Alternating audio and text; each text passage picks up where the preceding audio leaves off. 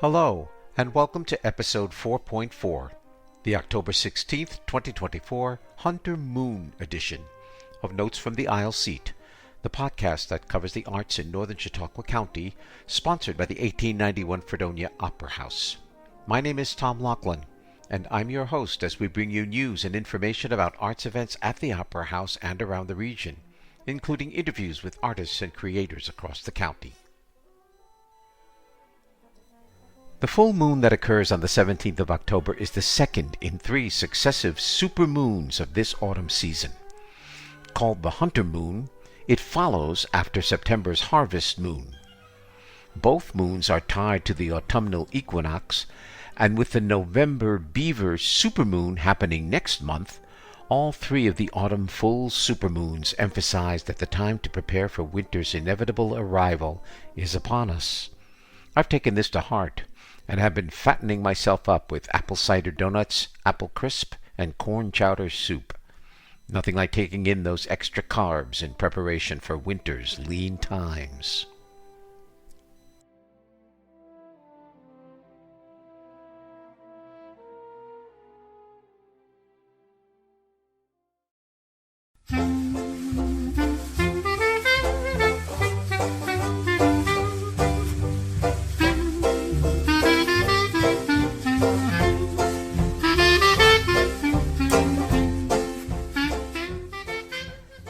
The story of the sinking of the Titanic on the night of April 15, 1912, has held a continuing fascination in popular culture. The story has been told in various forms, such as documentaries, musicals, and movies, and inspired by her time touring with the musical Titanic, Deborah Jean Templin will be bringing her one-woman show, Unsinkable Women, Stories and Songs from the Titanic, to the 1891 Fredonia Opera House on Friday, October 18th at 7:30 p.m. Here is Deborah Jean talking about her career and her show. I'm joined now by Ms. Deborah Jean Templin. She is coming to the 1891 Fredonia Opera House to perform her one-woman show, Unsinkable Women, Stories and Songs from the Titanic. She will be here on Friday, October 18th at 7:30 p.m. Deborah, welcome to the podcast. I am so excited to see the colors in upstate New York. Oh, they're just about ready to go. You know, you're hitting it in prime time. And to be in the McLenathan twins' hometown, it makes my heart happy. I have known the McLenathans for at least a decade. We met in northern New Hampshire. We don't have to talk about New Hampshire. It's all about upstate New York, okay? Okay, well, that's fine. Yes, I know. I worked with Todd over this last summer. Got to meet him. So he's a pretty cool dude. So we're going to talk about your show, talk about a little bit about yourself. And let's start there. I know that you're a pretty seasoned actress. You've been around for quite some time. How did you all get started? Give us a quick synopsis of your career. I grew up on a dairy farm in Minnesota, and we were looking for entertainment. And I thought, to make people laugh and to entertain them, cows are wonderful and I love them, but they don't speak a lot. They don't tell stories. And I had an uncle who told my dad, "Leave her be, Henry, leave her be. She's funny." So I always say thank you to that uncle. And I was telling stories or doing skits. I was in 4-H and you'd write your own show. So I wrote my first show when I was 9. And now I've written 10 one-person shows for myself. But certainly, Unsinkable Women, Stories and Songs from the Titanic has had the most legs. I've been doing it for 25 years. I worked as an apprentice in New England to earn the right to be an equity member. So I've worked in San Francisco, in Boston, and Providence, and then I moved to New York City. I moved to New York City 47 years ago, and it is truly an interconnected place of many people. It's a weaving together of all kinds of people, and I continue to tell stories. I've done 4 Broadway national tours, meaning when the show's on Broadway and it gets a Tony Award or some kind of award, it can justify being booked other places. So I've done the national tour of Annie with Harve Presnell. who was J.J. Brown in the Unsinkable Molly Brown with Debbie Reynolds in the movie, and also with Tammy Grimes on stage. I was thrilled to work with him. I've done the musical Baby. I've done the musical Titanic. I did Titanic for 21 months, and then I did Mamma Mia. So it's a wide range of things. And the thing that has always allowed me to work, which is good to have a job that pays your rent, etc., is the fact that I sing and act. And I would not have this show if it weren't be for wonderfully talented people who helped me put it together. And I will be coming to Fredonia with the incomparable Laura Crouch, who is my production staging consultant, aka stage manager. And in 2012, when it was the 100th anniversary of the Titanic, we traveled together for 6,300 miles. Wow. All over the United States. It was the Thelma and Louise tour without going off the cliff. We did very, very, very well. And we're very good friends. I trust her with my life, so I trust her that she will get me the 8 hours north to Fredonia. And then a lot of this business is trust. I know the McClenethans, and I know I'm going to be fine. And then it's such a beautiful house. Oh my goodness, I have performed in several opera houses. I've performed at the Fitzgerald in St. Paul. I've performed at the Towanda, Pennsylvania, in the Endless Mountains, has a fabulous little opera house. And I hope they're never, ever destroyed because they're very accessible. And I look forward to embracing the audience with these stories. Now, from what I understand, you really got interested in the story of the Titanic from your tour with doing the Titanic. You played like 7 of the female characters. You were a swing performer. I was the female swing, which means if anybody's sick, I had to know 7 parts.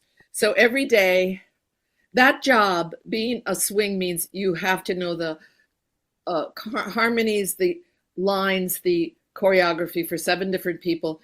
And every day at about 6:30, if the show's at 8, I didn't want to like hover, but I did have to know who was going on and who wasn't. And I remember I was in Chicago at the Chicago Lyric Opera House, and there was a snowstorm.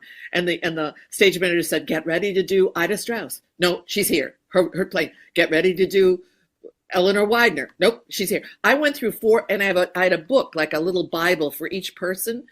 In the end, I didn't go on for anyone, but I was prepared. And it's like being a Girl Scout or Boy Scout. I was prepared. I was the insurance policy for the Titanic. But in the meantime, I would watch the show, beautiful show.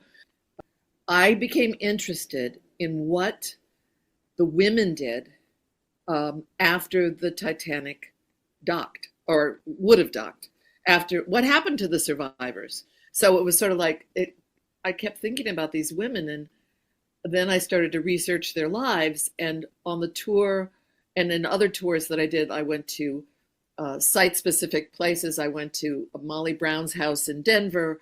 I went to the Newport, to the mansion where Madeline Astor was married. I went to the Harry Elkins Widener Library at Harvard in Cambridge. When I was touring with Titanic, sometimes if I didn't go on, I watched the show.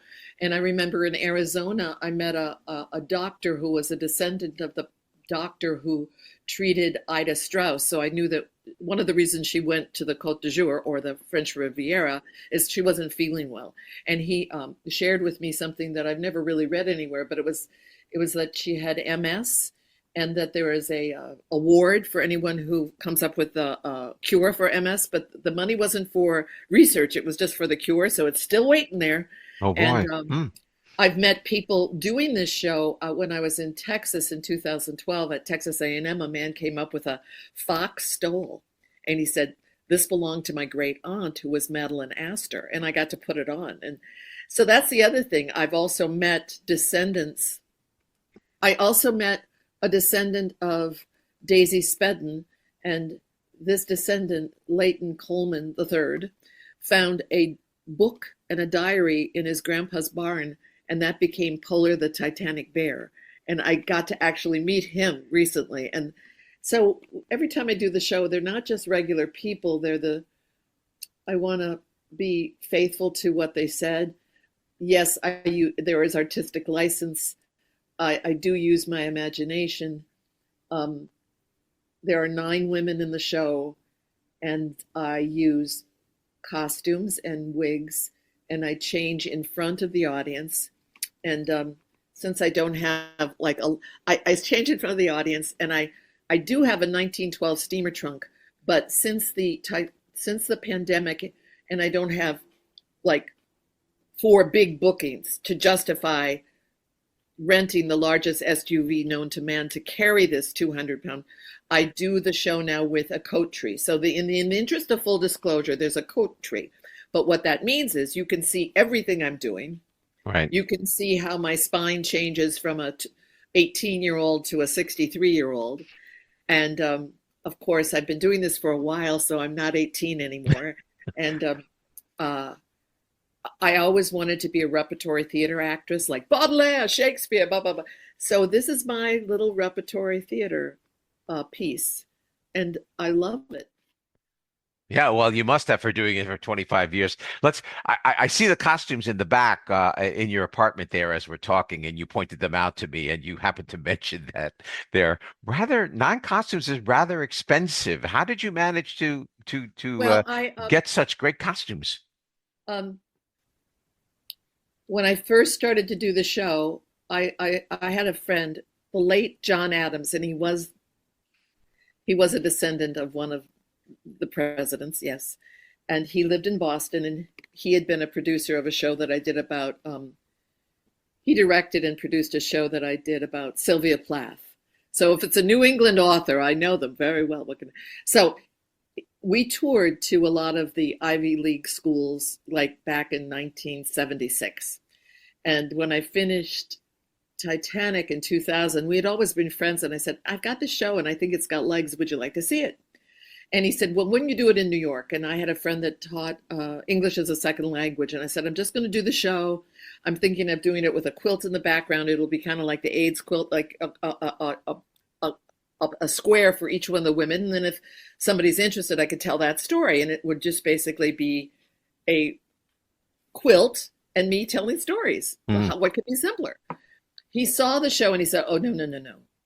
This is really a good play. But what you need is production values. And I went, well, and he said, no, I'm going to start a new company and I'm going to book your show. And you've got to promise me that you'll do the show if I start to book you. And he was, John Adams talked like this. I mean, it was like cola nut. I mean, he was wonderful. He was like Jeffrey Holder or something, that voice. And people trusted him. And he said, well, I've got this new show. It's not, it's not Emily Dickinson. It's not Hal Holbrook, but it's Deborah Jean Templin doing Unsinkable Women. And they trusted him. And he said, do you know of a good designer? And I said, I just finished doing a show based on The Scarlet Letter. And the woman who did the costumes spent so much time being authentic about Puritan costumes. We're talking black and white here, right? Okay. But she was great. And her name is Sarah Jablon. And she was a dresser.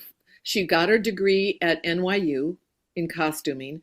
And she was a dresser for Lion King, which, you know, if you can dress a lion, you can dress me, fine. So she designed the costumes. And then I said, John, I just auditioned for Mamma Mia. I got to stay on the show for at least a year. So while I was on the show, Mamma Mia, she would send me little samples of fabric and what it should look like. And I do sew, and my grandmother was a seamstress, so I know the importance of authenticity. And I've worn some gorgeous costumes in my life. I've done Dolly Levi, and I've did great designers. So she sent me things, and I remember the day she did a mock-up for one of the outfits, and I put it on. I was with her, and we both started to laugh. I said, the print looks like wallpaper. I can't wear that. And then, you're right. You're absolutely right. And then she got it a different size. There's incredible stuff. She put together so John paid her to design the costumes. And then they all had to work so that one goes on top of the other. So there's a basic costume, like a gray hobble skirt and a top, and then costumes it has to work that I can change costumes on stage. Mm-hmm. And then John asked me if I knew a good hair designer, which I did. And I had worked with someone who had done a lot of films, and I try to keep my hair. I mean, let's face it, nobody has hair this color in their 60s or 70s. I mean, I dye my hair. Why? So that it matches, and then go, because you're vain. No, because I have to make it match the wigs. And someone said, well, the fall and the drop. And I said, it's just much easier for me to get my hair up in a Gibson and then attach something. So you see the whole process on stage. Wow. So they're wigs and costumes, and then they're wigs and costumes, and there's a hat. And then I said, what about the hat? And I said, well, Woody Shelp would be great. Woody Shelp designed the hats for Annie and in La Cage aux Folles. I mean, we're talking a hat master. And his he was not well at the time, and his apprentice designed Molly Brown's hat, which is fabulous. I mean, the hats are very good. I have 3 hats. So, I mean, I suppose in 50 years when I'm still doing this show, I'll just do it with the hats. No. But I do manage to sort of stay in that, okay, 1933 was Annie, but I would say, as luck would have it, of the 50 years I've been performing as an actor, a lot of my plays have taken place in like 1900 to 1910. So I'm an old-fashioned girl. Maybe I was meant to wear a corset. I just don't know. It sure sounds like it. I'll tell you that. I got to ask you one final question, I think. And you know, a lot of people are familiar with the story of Molly Brown. She was a suffragette. She did a lot of excellent work, and I know she's the highlight of the show. But is there a moment in the show when you think about it that's sort of, I don't want to say underappreciated, but maybe that the audience will find something out about one of your particular women that would be very revealing all of a sudden? Yes, I would say you're going to be surprised by a woman named Charlotte Drake Cardeza. She booked the most expensive suite on the Titanic. There were a lot of things I found out about her, and I went, gosh, you don't want to speak ill of the dead, right? You know, but it wasn't what she did during her lifetime. It's what her son and daughter-in-law did with her wealth afterwards that I think will be revealing. I think you will be surprised with the dedication and loyalty of Violet Jessup, who was a stewardess aboard the Titanic, who went back. She was on 3 different ships that sunk, and she went back to do her job.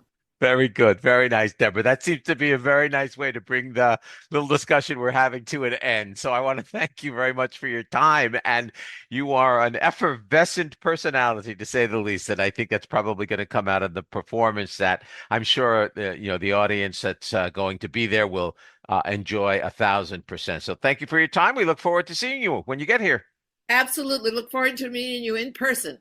Okay. Thank you, Deborah. Thank you. Bye-bye. Unsinkable Women, Stories and Songs from the Titanic will be performed on Friday, October 18th at 7:30 p.m. Tickets are $27 for adults, $25 for Opera House members, and $10 for students. You can get your tickets by going to our website at www.fredopera.org and clicking on the event to purchase tickets online, or you can call the box office at 716-679-1891.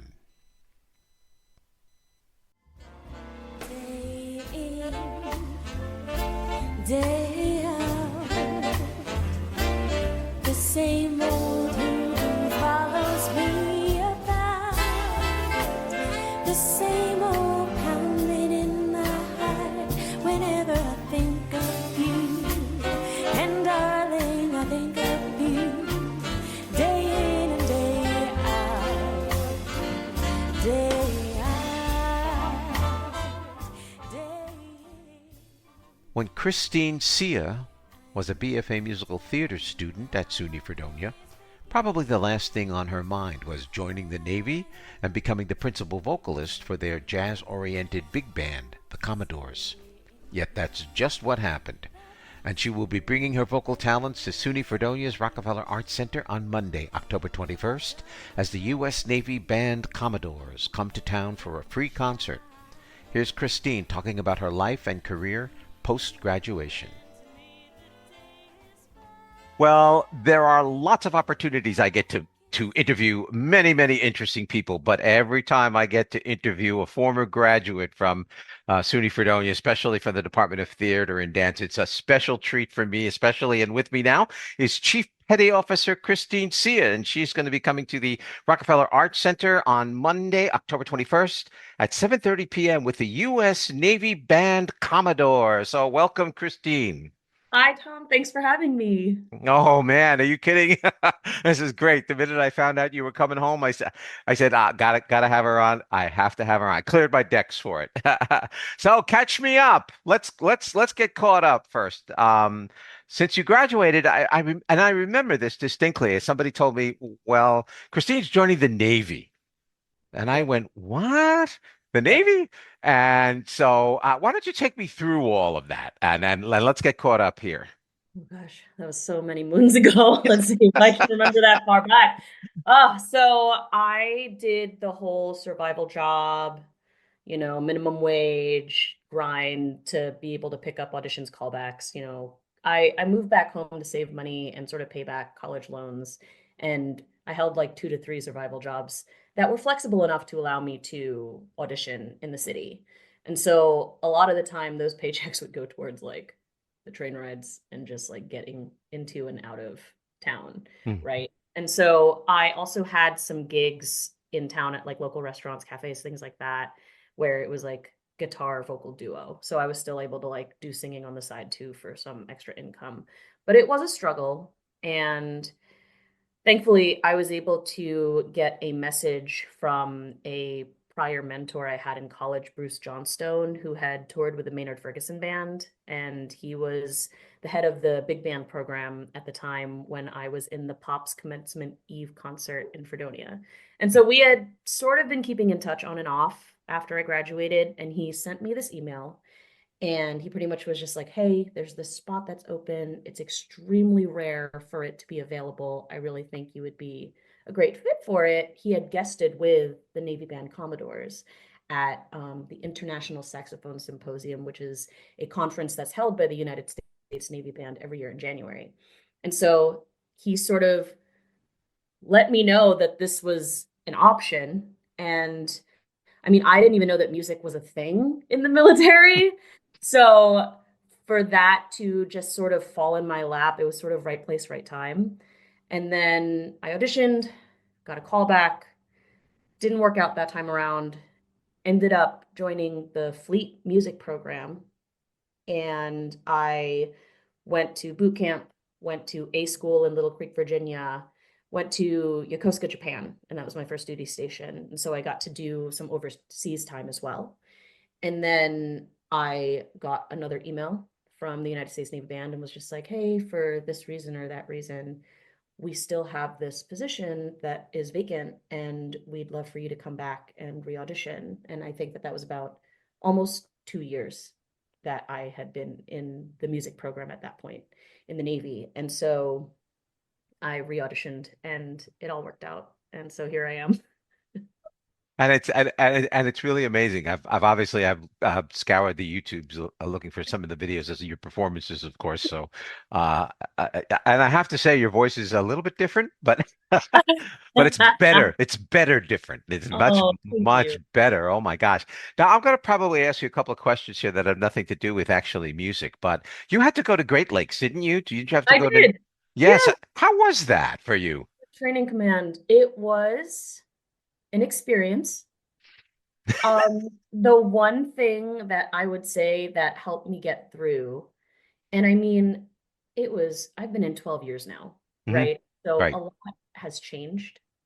And even speaking with the people that I work with now, we have a most recent graduate who's our new guitarist, who's coming on tour with us. He just came to the band and he's been playing rehearsals with us. He just got here Monday and he's Wow. going to go on the road with us. Like Wow. next. So, yeah, like we were sort of trading stories and just like the things that have changed in that span of time is just remarkable. But for us, it was like writing letters on Sundays helped get me through being able to receive letters. Um, Anytime we could eat, because we were constantly working out. And I was not a runner before, but it definitely got me to a place of being comfortable running. Hmm. So, the biggest thing though, the biggest takeaway that I got is that no matter how hard or difficult things might be, it's only temporary, right? You're only gone for a couple of months and then you move on to the next thing. So Hmm. just, not necessarily power through, but just sort of keep that in mind for your mental health. You could do anything for 12 weeks, right? Yeah, exactly. Because I thought of that. I said she had to have gone to boot camp, and that must have been tough for, I mean, even 12 years ago, very tough for a female just to get through boot camp in the Navy. That's not an easy thing. So, congratulations to you just for that, as far as I'm concerned. Um, I have heard you, the Commodores start every concert, it seems, with the national anthem, and you get to sing that a cappella and Yeah, solo. we And you do. do a wonderful job with that. When are the Commodores? When are you going to get a chance to do a ball game? Like I'd like to see you, do the national anthem for a baseball game, like the World Series or something like that. No, I actually have done anthems at Nats Park, which is very, very close to where I work, which is at the Washington Navy Yard. And they'll have like what's called Navy weeks, like Navy days, like days that where they celebrate the military, and they will have someone from a particular branch, usually from the band, come and like perform either God Bless America, the national anthem, things like that.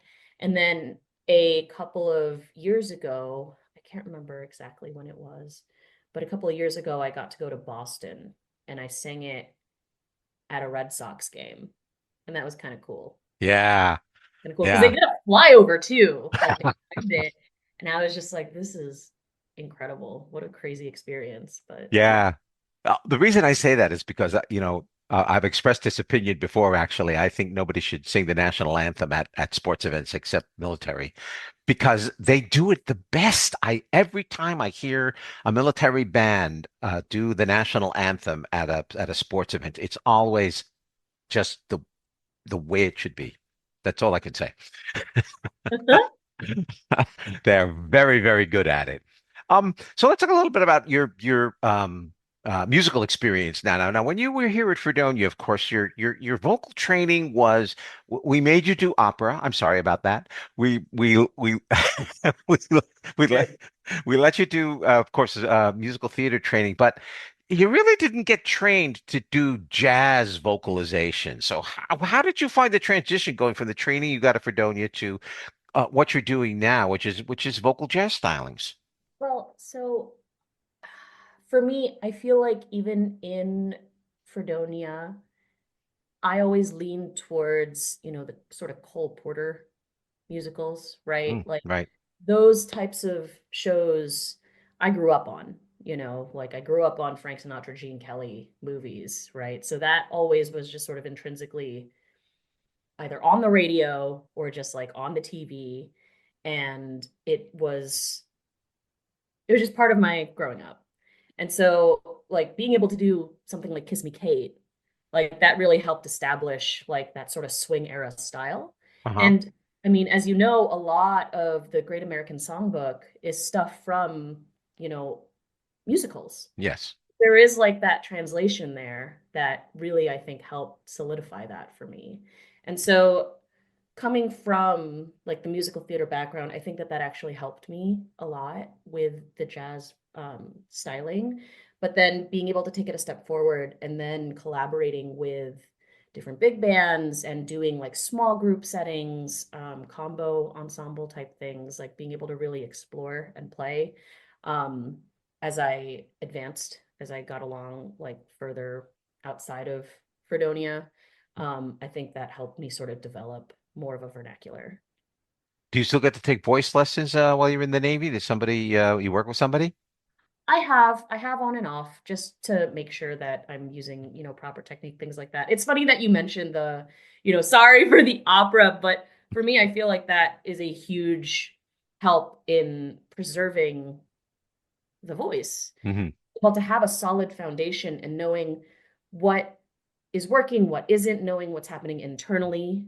Because I mean, with the voice, it's not like an instrument where you can automatically like look in a mirror and see what the problem is because it's all happening inside.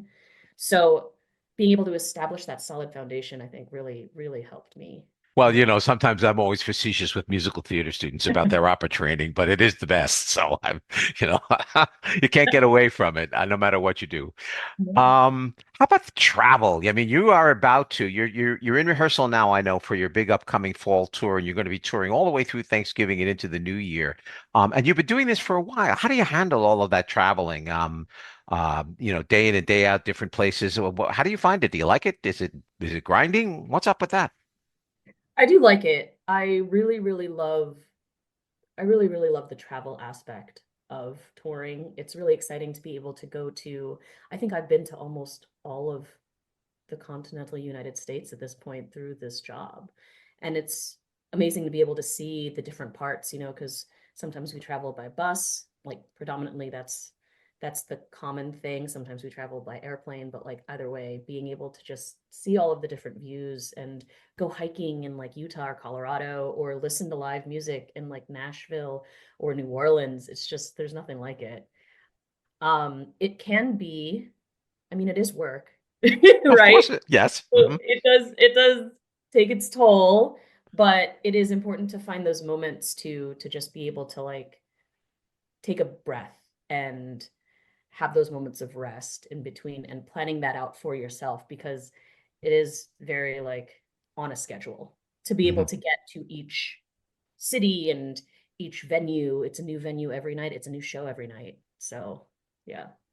Yeah, I found travel. I did one tour with the American Shakespeare Center, and I actually enjoyed the travel very very much. And like you're right, and I remember there was a slogan when I believe I was growing up was join the Navy and see the world. So I guess you can do that not just on a boat, but you could do that with a big band as Yeah, well. absolutely. Yeah, yeah. Um, can you give us a little hint about what we're going to hear when you get here? You're in the middle of rehearsals now, so maybe I don't know if you can do that or not. Yeah, of course. So this year's really special because we're celebrating Duke Ellington's 125th birthday this year. Hmm. So you're gonna definitely hear some stuff from his book. And Sarah Vaughan's centennial is also this year. And Wow. is one of my favorites. Oh yeah, Matt, that's news. That's great. Mm. Yeah, so there'll definitely be, at least on the vocal set side, there will definitely be at least 1 to 2 tributes of Sarah Vaughan. But we do everything from standards to original compositions and arrangements from members in the band. We do some modern jazz, things that you'd hear in Philly or New York City, and there's even some patriotic music too. So Hmm. it's a little something for everyone. Yeah, yeah, yeah. Well, I imagine that all of the military bands do well, at least one or two patriotic things, and it's really pretty nice. I think some of the nicest tributes. I don't know if you have one scheduled, but I've seen some of the nicest tributes are to the disabled veterans and Mhm. those people who come to see the show, and they do some fantastic, just gorgeous tributes to the disabled veterans, wounded veterans who are out in the audience or just out in the world. It's really very nice. I am constantly. I have to give you a lot of credit, honestly, Kristine, because it was a bit of an eye opener for me when I began to look into how the military units of our country create this great music. And you just found this wonderful niche for yourself that has kept you going and you enjoy it. And you know, I did hear your interview on WDOE, and you said I told you to go where the work is, and apparently you did that. I mean, I definitely probably took it its own path. Like I interpreted it a little bit more. I mean, you go where the jobs are. That's you said it. Yeah. Can you do it? Can you do it for another 8 years or however many years you got? Oh, I think so. I think so. I'm very lucky and very happy with where I'm at. Great. The people are terrific. And although the job can be, I mean, it's different. It's a different schedule every day. Like it's not, your typical 9 to 5. So I think that's part of what makes it similar to like that sort of theater style. Mhm. You know, there is a little bit of admin, a little bit of desk work, but being able to do a live performance, you know, night after night, I think is just the most like rewarding and exciting part. I couldn't agree with you more. Couldn't agree with you more. Listen, Kristine, I have to thank you for your time. I appreciate catching up with you. Maybe someday we'll. Too bad you're not getting down to Long Island for a concert. I know you're from Holbrook, Long Island, and uh, Yeah. it would be nice to get down there. But I haven't been to Long Island myself in quite some time. But we ought to do that. Hopefully, if I can catch you down there. But anytime you're around, I know we're going to love to see you here at Fredonia and over at the Rockefeller Art Center. So, people better get out and get their free tickets to see the Navy Commodore Band with our own Kristine Hsia. Kristine, thank you so much for your time. Looking forward to seeing you. Thank you, Tom. See you soon. Okay, bye. Bye. The US Navy Band Commodores will be performing on the King Concert Hall stage at the Rockefeller Art Center on Monday, October 21st, 2024, beginning at 7:30 p.m. Tickets are free, but you must get your tickets in advance from the SUNY Fredonia box office for the concert. You can get your free tickets online at www.fredonia.edu/tickets or reserve them at the box office by calling 716-673-3501 Mondays, Wednesdays, and Fridays from 9 a.m. to 3 p.m. only.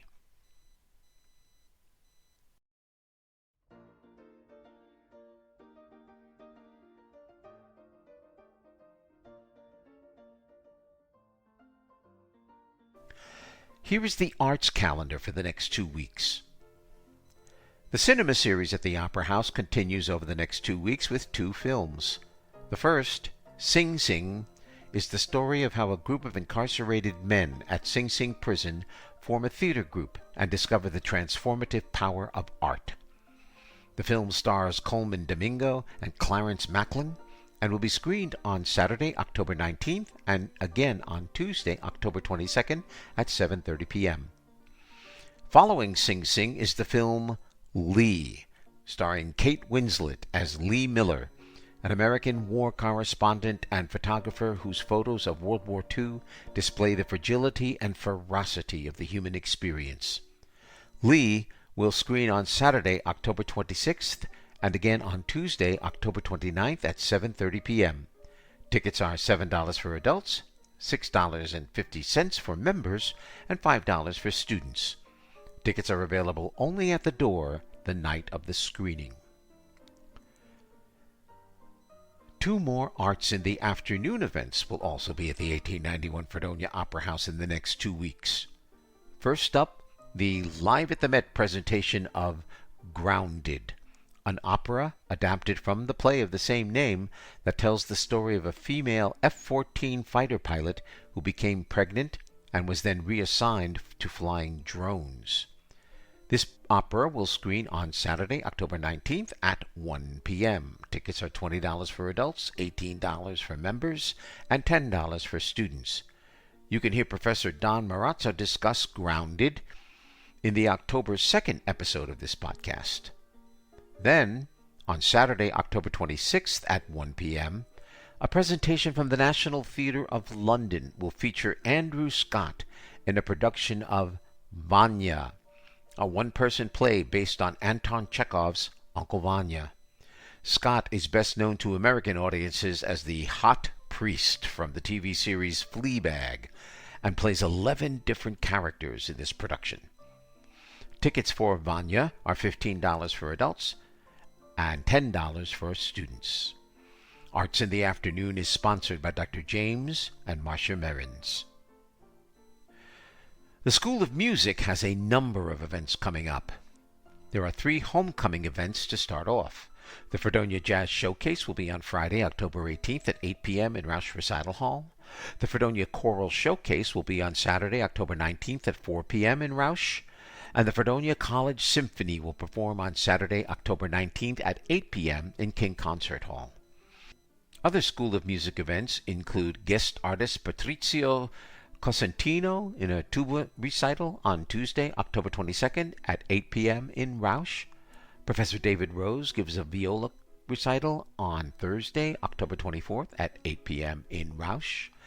Guest artists Peter Steiner and Constanza Hochwartner will offer a trombone and organ concert on Tuesday, October 29th at 8 p.m. in King Concert Hall. And the Fredonia Jazz Orchestra will perform on Wednesday, October 30th at 8 p.m. in Rausch Recital Hall. All these events are free and open to the public. Legally Blonde, the musical, will be presented by the SUNY Fredonia Department of Theater and Dance beginning on Friday, October 25th at 7:30 p.m. in the Marvel Theater. Other performance dates are Saturday, October 26th at 7:30 p.m. and Sunday, October 27th at 2 p.m. And then again the following week on Thursday through Saturday, October 31st through November 2nd at 7:30 p.m. Tickets are available online at www.fredonia.edu/tickets or at the campus box office at 716-673-3501. Main Street Studios will be opening a run of The Wizard of Oz beginning on Thursday, October 24th at 7:30 p.m. Performances continue on October 25th and 26th at 7:30 p.m., with a matinee on Saturday the 26th at 2 p.m., and again the following week on Friday and Saturday, November 1st and 2nd at 7:30 p.m. See their website at mainstreetstudios.org for ticket information. And finally, the Barker Library in Fredonia will have a Halloween event entitled Creatures of the Night and a Movie on Saturday, October 26th from 11 a.m. to 1:30 p.m. The event is for children 5th grade and up. No adults, please. Come in costume. And remember, if you have an arts event you'd like mentioned on the arts calendar, please contact us at the Opera House at 716-679-1891 or email us at operahouse@fredopera.org. Please give us a month's advance notice, if possible, of your event to ensure a timely listing.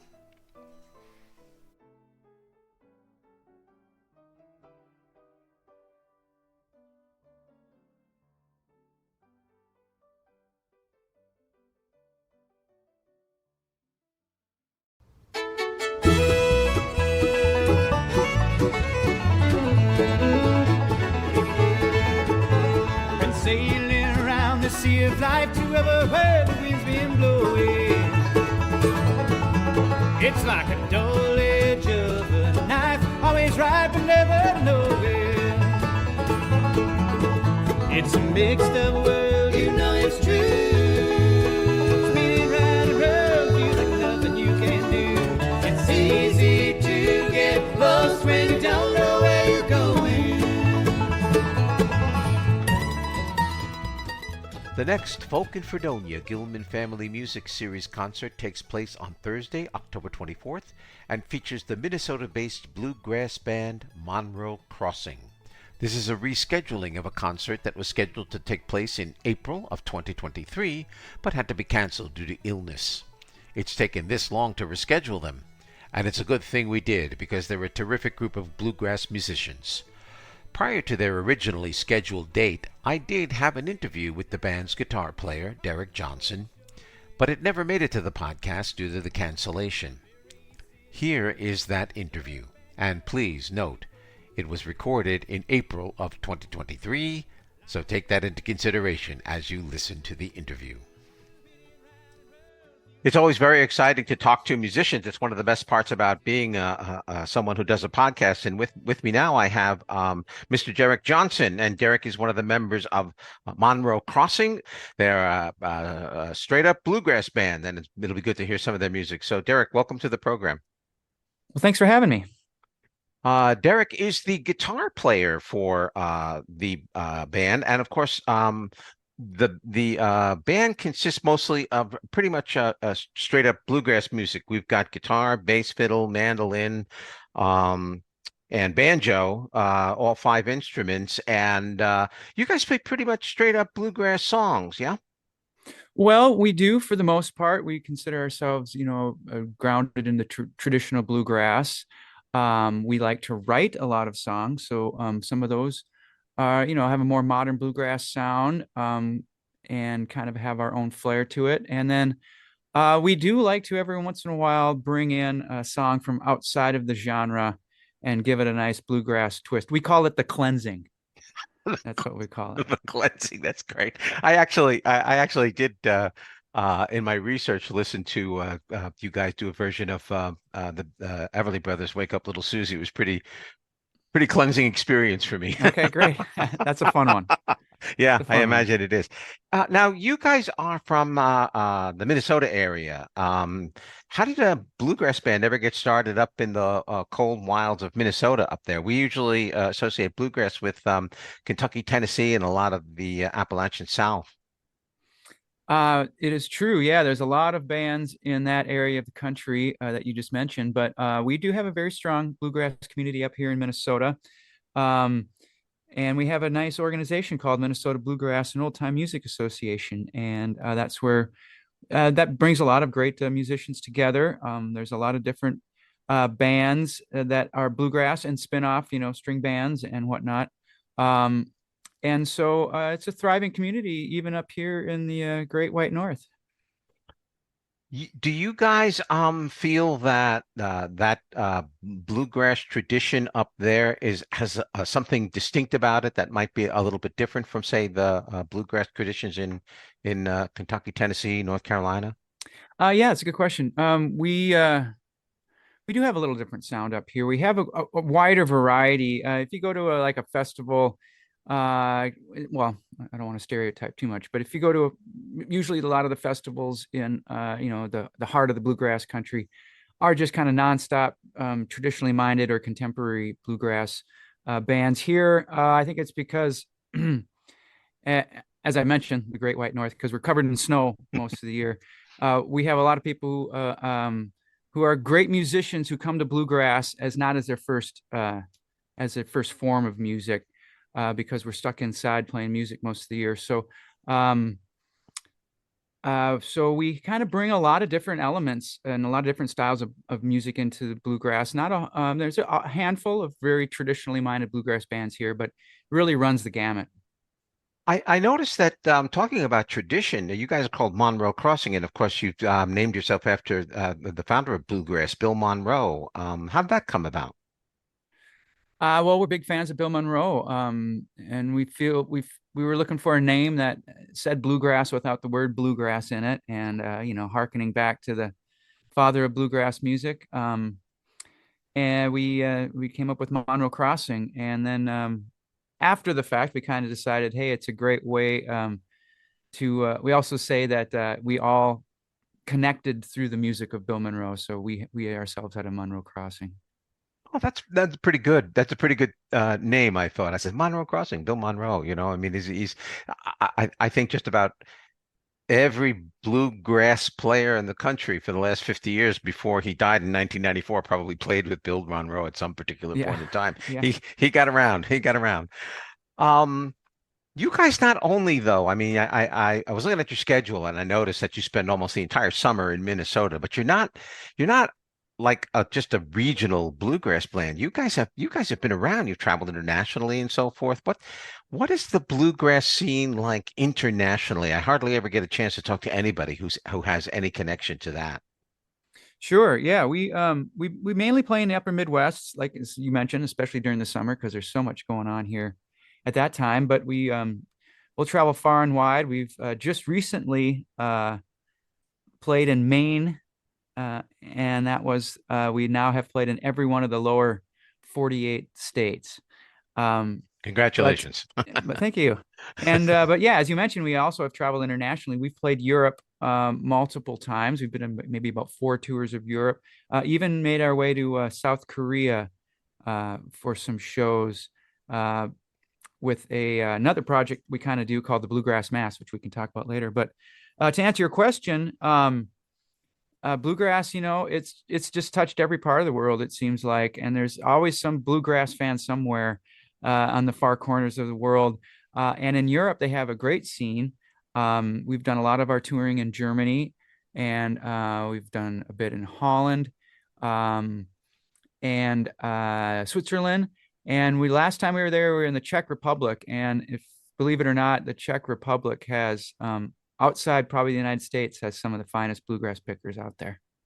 Wow. Yeah. Yeah, I was really they're fascinated amazing, by that. They're amazing. Yeah. amazing, and I mean, it's just the whole country is just embraces music in general. I mean, if you visit Prague or whatnot, there's all sorts of concert halls, all sorts of clubs and venues, whether it be jazz or acoustic music and bluegrass.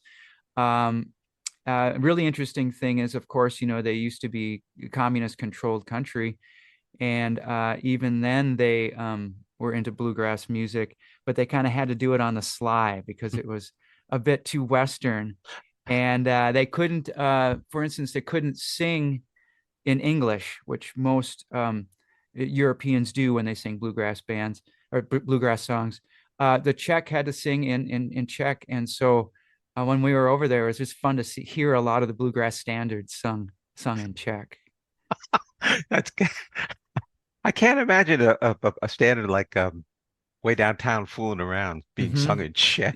Yeah, it's great. It's great. And of course, they sing a lot in English now, Of course. but back in the day, they had to sing it in Czech, and so they did, and they persevered, and it's amazing how talented the bluegrass musicians are there. In fact, we know a really great guitar player from the Netherlands who actually moved to the Czech Republic because the bluegrass scene was so great there.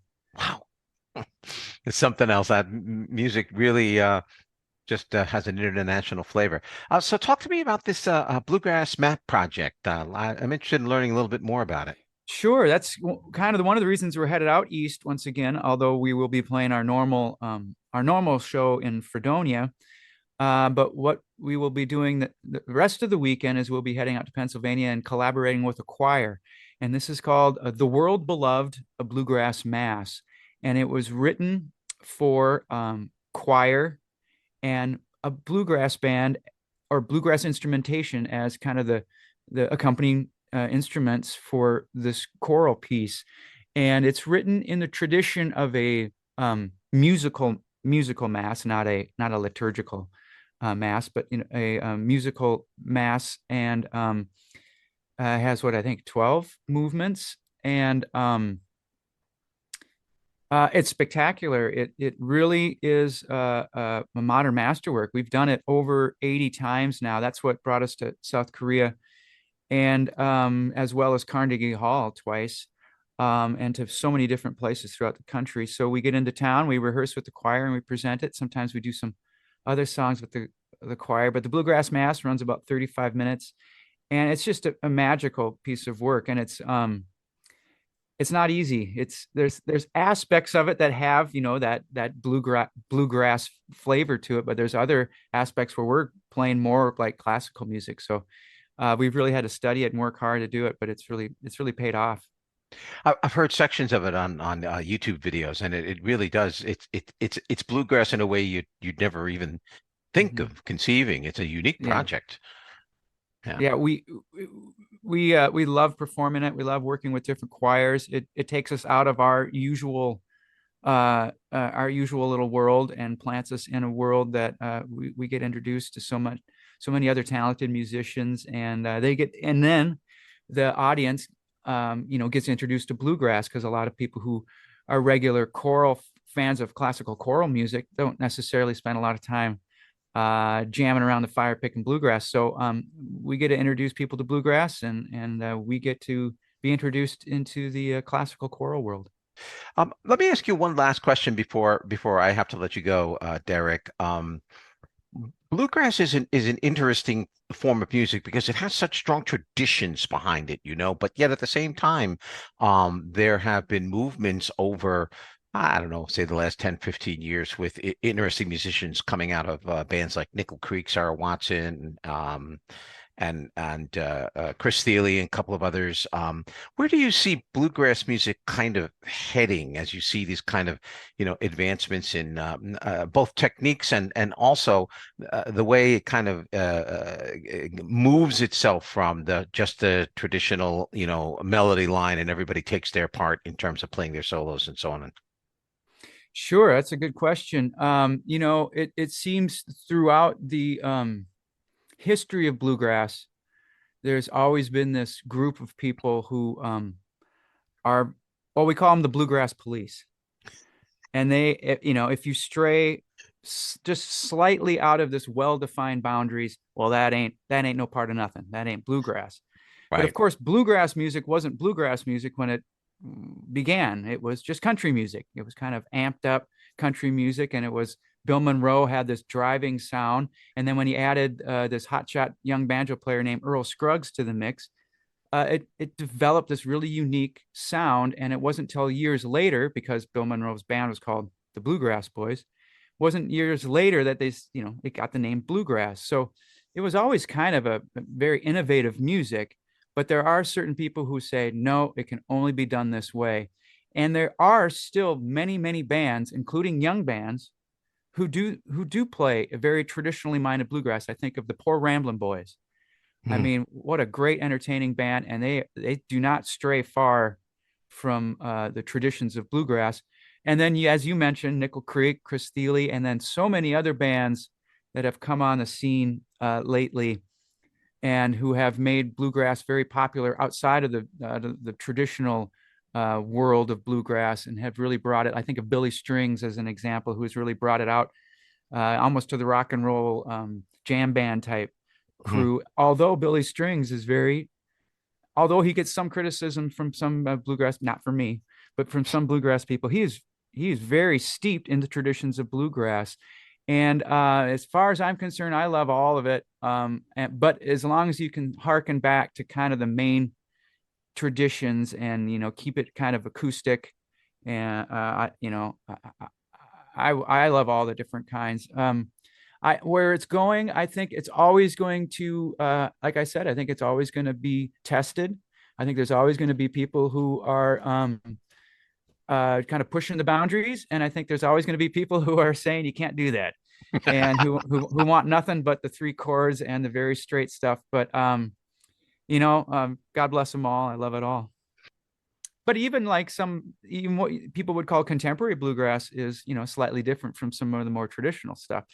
So there's a formula, but like I said, Bill Monroe wasn't working on a formula when he came up with it. He was breaking boundaries. So kudos to it all. And I still love like just a straight ahead 2.5 minute hard driving bluegrass tune. That's still one of my favorites, but I'll take the rest, but I still always come back to that straight formula. Okay. This is the last question, Derek. This is the most important question I'm going to ask you the whole interview. Okay. You ready? I'm ready. Tony Rice or Doc Watson? Oh my goodness. How can you make me choose that? That's not even fair. I told you it was going to be difficult. You know what? Yeah, I don't know if I can. I'm just going to say Doc, because I just love the way he would. I don't know. He was a little bit more of an innovator. That doesn't make sense. He was early on innovator. Let's put it that way. If there wasn't Doc, there wouldn't have been Tony. Let's put it that way. I think you're right. I do think you're right. Tony took it to a whole new level and has totally shaped the way bluegrass players play. But if Doc hadn't been picking those old fiddle tunes out on the guitar way back when, what would Tony be standing on? So let's go with Doc. Okay, we'll go with Doc. All right. Listen, you can't go wrong with either choice, really. That's but true. That's true. I can understand your reasoning for going with Doc. Listen, Derek, thank you very much. I appreciate it. We look forward to seeing you and Mark and Lisa and Matt. And I'm not really sure which banjo player you're bringing. Oh yeah, we're gonna have. I believe it's a good question. We work with a couple different banjo players now. And I think it'll be David Robinson on banjo for this show. David Robinson. Okay, that'll be great.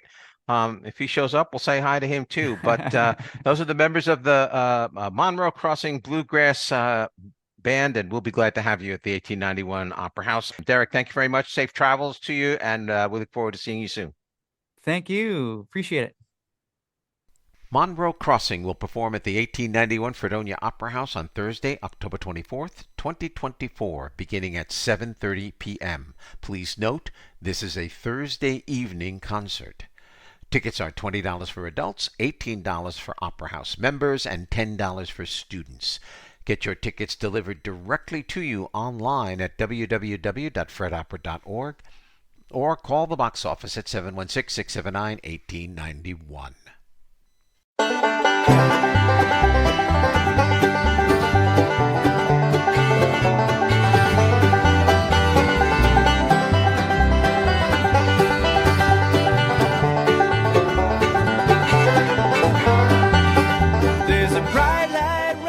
And that's it for this Hunter Moon edition of Notes from the Aisle Seat. My thanks to Deborah Jean Templin, Kristine Hsia, and Derek Johnson for being my guests on this episode.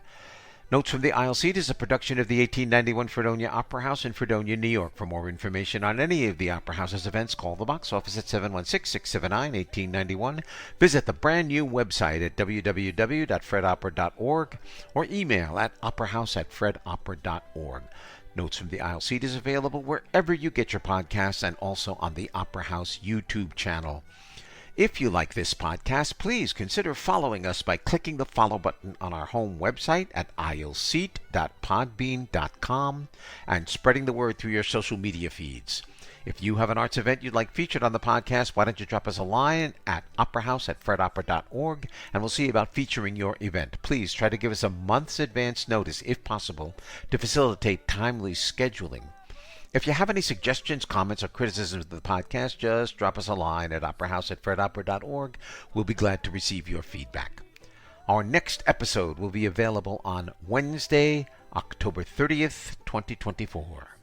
I'm Tom Laughlin. And until then, be safe out there and be kind to one another.